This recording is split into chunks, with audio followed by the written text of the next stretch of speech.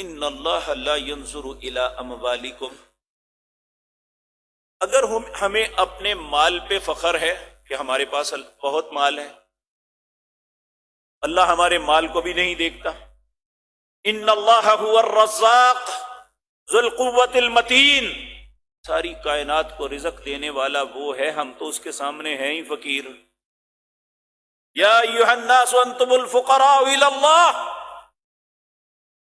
دنیا جہان کے لوگوں تم سب فقیر ہو اللہ کے سامنے، اسے ہمارے مالوں سے کیا غرض۔ اور تیسرا، ہمیں اپنے جسم کی قوت پہ ناز ہوتا ہے، یعنی ایکسرسائز کر کے اپنے جسم کو بڑا سڈول بنایا ہے، میں بڑا کثرتی ہوں، میں بڑی قوت کا مالک ہوں، کوئی میرے سامنے دم نہیں مار سکتا۔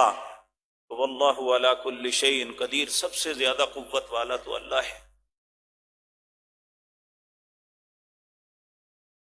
تو میرے عزیز بھائیو، یہ تینوں چیزیں، یہ فضول سوچ ہے۔ مالک نہ تو ہمارے چہرے کو دیکھتا ہے، نہ تو ہمارے مال کو دیکھتا ہے، نہ ہمارے جسم کو دیکھتا ہے، دیکھتا کیا ہے؟ اللہ رب العزت فرماتے ہیں وَلَٰكِن يَنظُرُ إِلَىٰ قُلُوبِكُمْ، اللہ تمہارے دلوں کو دیکھتا ہے۔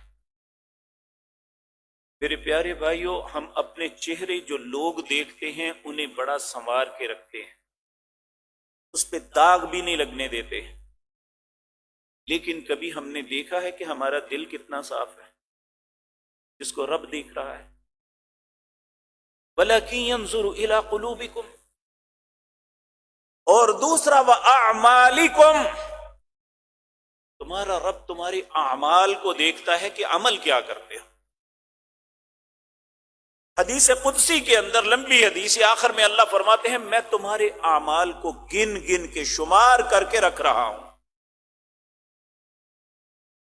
اگر تو کوئی انسان اچھے کام کرتا ہے فَلْيَحْمَدِ اللَّهِ،